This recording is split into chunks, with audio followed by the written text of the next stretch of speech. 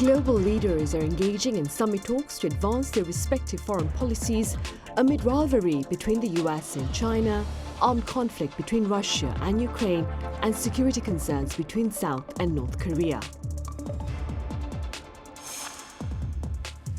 So what is the latest regarding potential trilateral talks among the leaders of Seoul, Tokyo and Beijing? How are pundits assessing trade talks between Washington and Beijing? Also, should Seoul seek to impose export controls on chip tools to Beijing as requested by Washington? Hope your work week is off to a good start. You're watching Issues and Insiders for this Monday. I'm Min Sun-hee. Today we address diplomatic endeavours promoted by trade interests to bridge the gap over geopolitical concerns. For more on this, I have Professor Choi Hyun Jin from Kyung Hee University here in the studio. Professor Choi, welcome. Good afternoon, Sunny. I also have Professor Jack Zhang at the University of Kansas live on the line. Professor Zhang, it's good to have you back. Thank you for having me. Right, Professor Choi, we'll start here in the studio then. Plans are reportedly in the works for a trilateral summit among the leaders of South Korea, China and Japan in May here in the country. What are your thoughts regarding the significance of this summit, should it take place, of course? Okay, if the proposed trilateral summit takes place, its implication would be wide-ranging and profound across geopolitical, economic, and also diplomatic domains. So in terms of geopolitical stability, this summit would be to tackle some regional security issues, such as North Korean nuclear threat, and also East China Sea territorial conflict between China and Japan. So it is a unique opportunity for these three nations to discuss regional peace and stability, potentially leading to joint statements on these critical security issues. And from an economic perspective, and these three nations are major players not only in Asia but globally.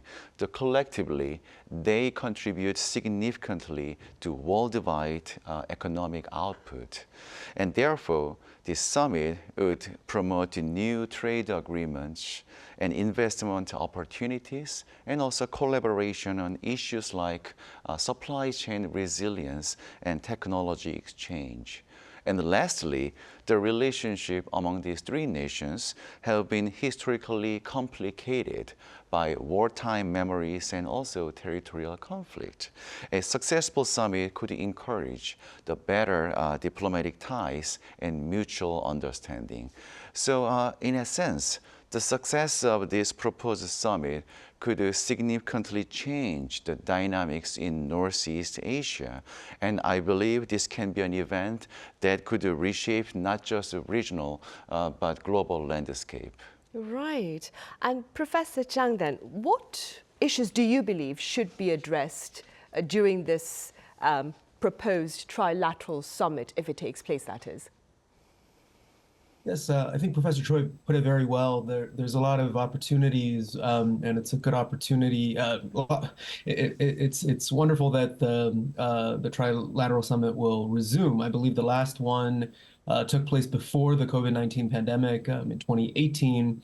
Was the last time leaders from all three countries met, and you know, there's a lot of room for progress. There's a lot of common issues, I think, particularly in the economic space, to pursue. But I will also say that you know, so it's important to talk in the first place. But I'm a little bit less sort of optimistic about, I think, tangible progress made on a lot of these difficult issues where the interests of the three countries, you know, will continue to diverge. And I say this because I think the plans for a potential free trade agreement, the CJK, you know, free trade agreement have been undergone, you know, almost now a decade of talks, right? And it would be a great step forward for trade liberalization in the region.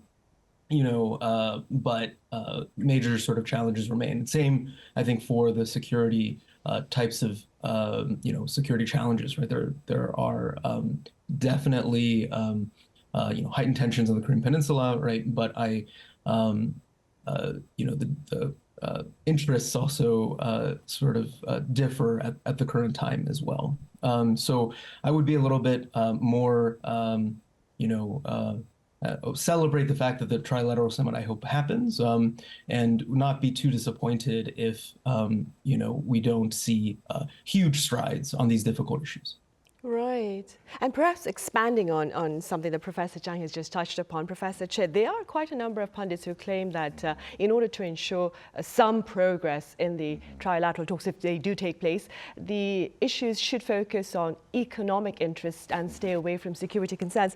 What do you say? I somehow agree with Professor Zhang. It's not easy to make tangible progress, especially in security issues. And that's why some people argue that we need to focus on economic matters rather than security concerns. And this economic centered approach has some benefits. So this provides more neutral ground for discussion compared to security concern. So focusing on economics might facilitate more agreeable discussion and also achievable outcome, such as trade agreement and economic partnership. And therefore, this economic focus can yield more tangible benefits, including job creation and also enhanced trade. And also, economic cooperation can also serve as a stabilizing factor in international relations. So deeper economic ties tend to bind the countries closer together, reducing the chances of conflict and also encouraging peaceful dispute resolution.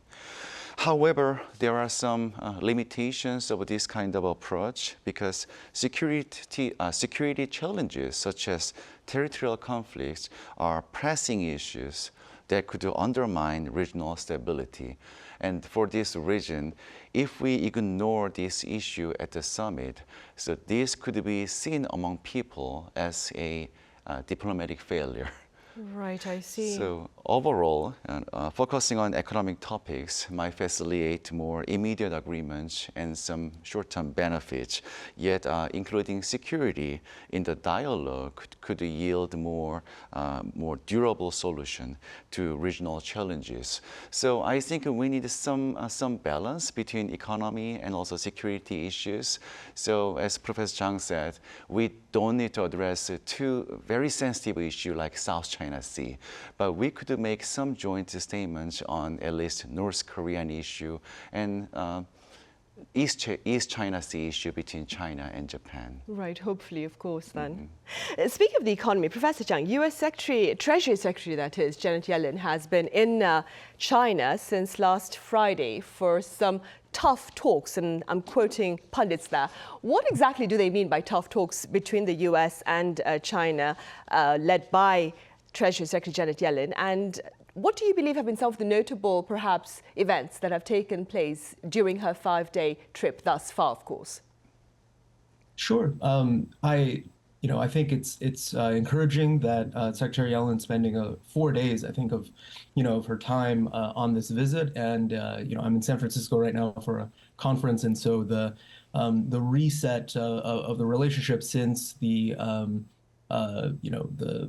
President Xi and Biden were able to meet here, I think, has been sustained by high-level visits. This is, I think, the second time Secretary Yellen's been in China in over a year. And so in sustaining the momentum of that high-level dialogue, I think is very important for making it possible for folks in both governments to seek ways to cooperate. So all of that is good.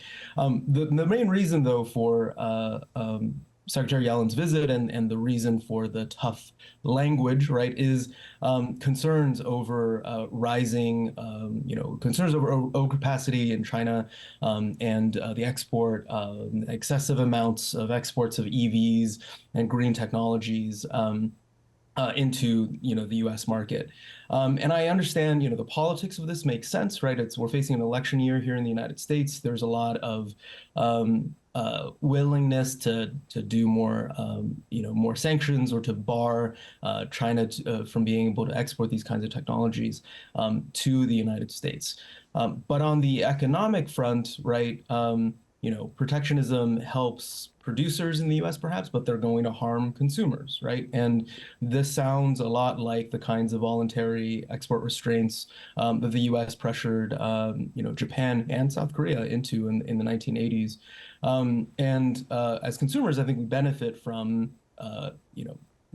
competition from companies. The risk is that by coddling, first of all, it may not work, right? Asking China not to export these things, they may say no, and if they say yes, then there's a risk that will U.S. companies become more competitive as a result, right? The Chinese EV industry became more competitive in large part by, I think, welcoming foreign competitors like Tesla into the China market.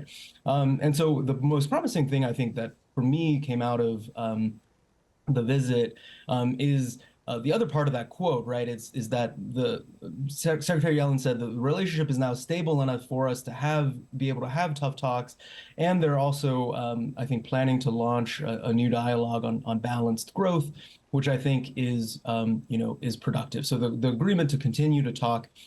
That is good. I'll say one last thing on this, which is there's been a pattern of with the Biden administration in terms of prioritizing, I think, clear communication, and then following that up with potentially tougher sort of actions coming home. So I would be looking out for announcements made on what measures the U.S. government is going to do, I think, unilaterally to address these issues that potentially could be politically sensitive upon Secretary Yellen's return to the U.S., and then what China will do in response to those things. Right. And talking about tough actions, Professor Choi, a report by Bloomberg reveals that the U.S. has urged South Korea to adopt export controls on semiconductor tools to China.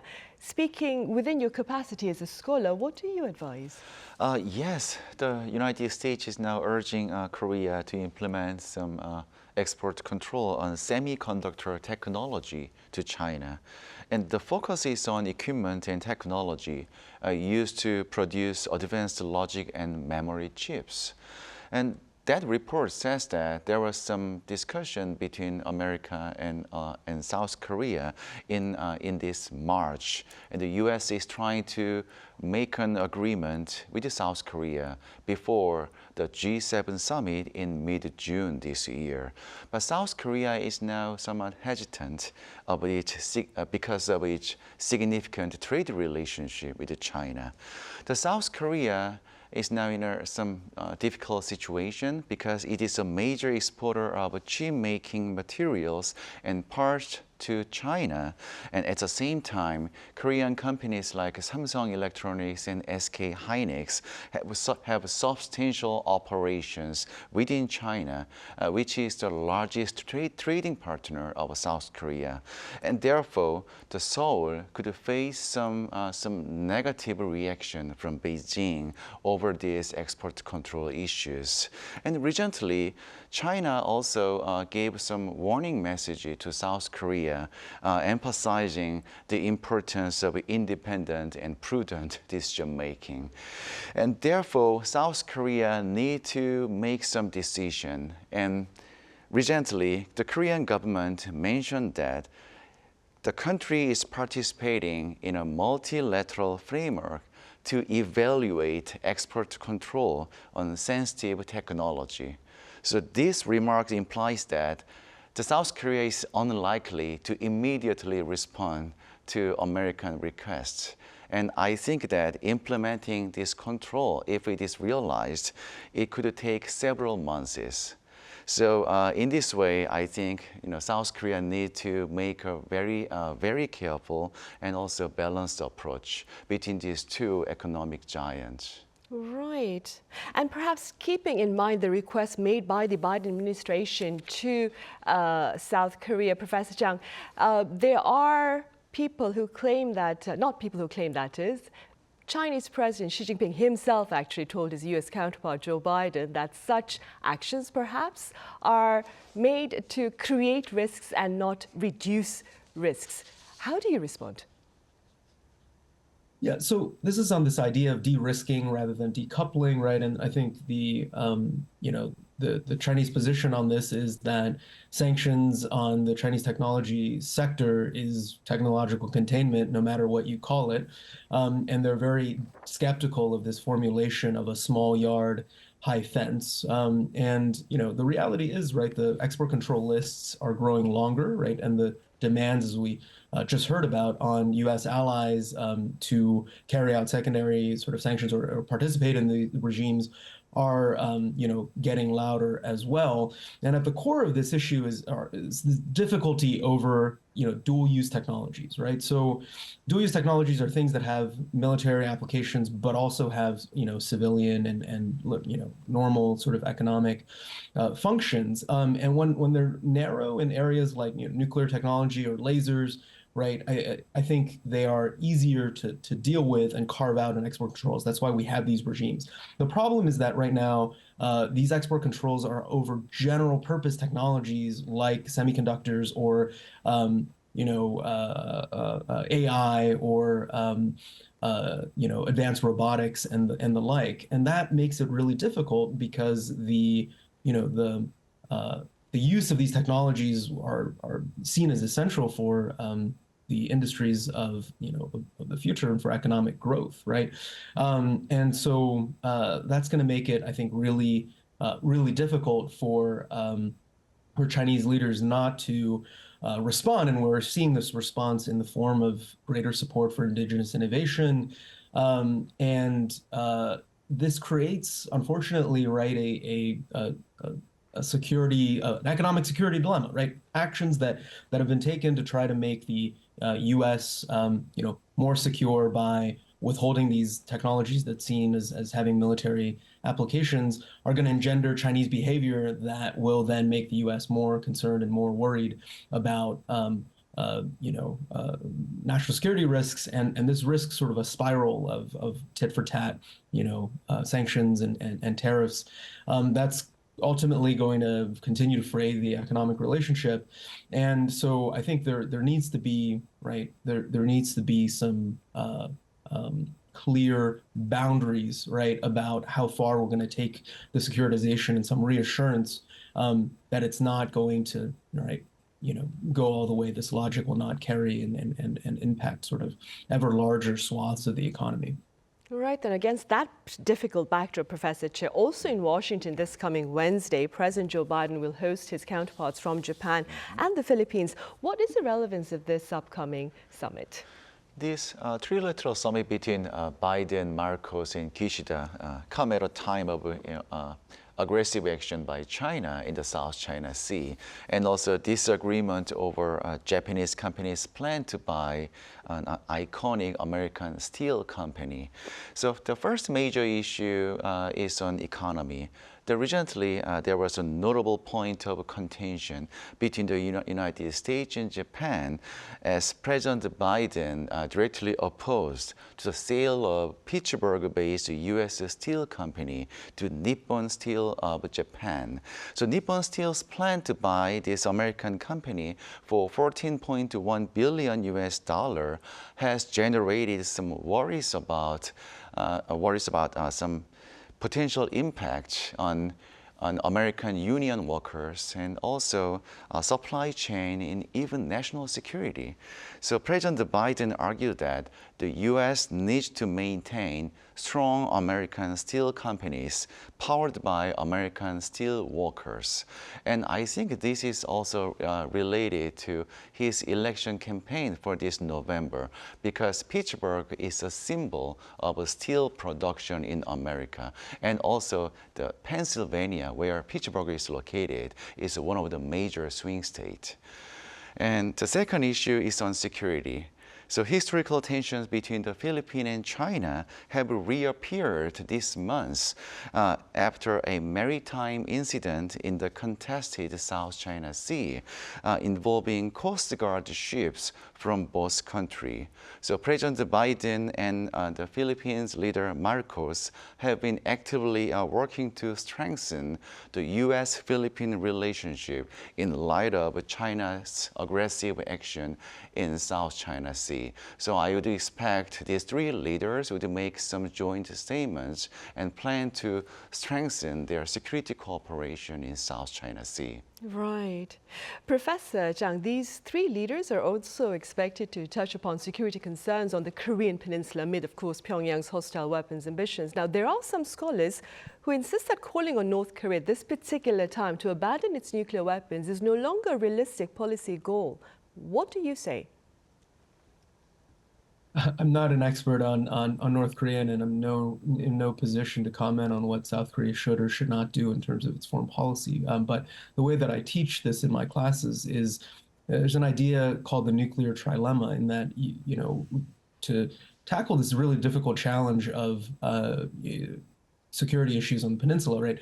You can achieve two of these three goals: to avoid war on the peninsula, to denuclearize North Korea, or to maintain sort of forward deployment of U.S. forces. And you can have any two of these things, but there are trade-offs when you try to have them all, right? And we're in a situation right now where I think tensions, as you have highlighted already, are very high on the secured Korean Peninsula. And so I do think that makes it challenging to have a productive conversation on denuclearization, right? It's not going to go anywhere. And so, unless greater pressure is put on it, and then that brings that third leg of the trilemma in question, is if you keep escalating tensions, right? Instead of offering carrots, you could brandish sticks, but that risks the conflict escalating even further. So it's a really difficult situation. I think this trade-offs, understanding the trade-offs, I think, is a better way to think about it, because all three of those are desirable end goals to have, right? Right, indeed. All right, Professor Zhang, I'm afraid that's all the time we have for this edition. Thank you so much for your time and your thoughts, Professor Zhang. And Professor Choi here in the studio, thank you very much for your insights. Thank you. Right, well, that brings us to the end of this edition of Issues and Insiders. Thank you for watching. See you same time tomorrow.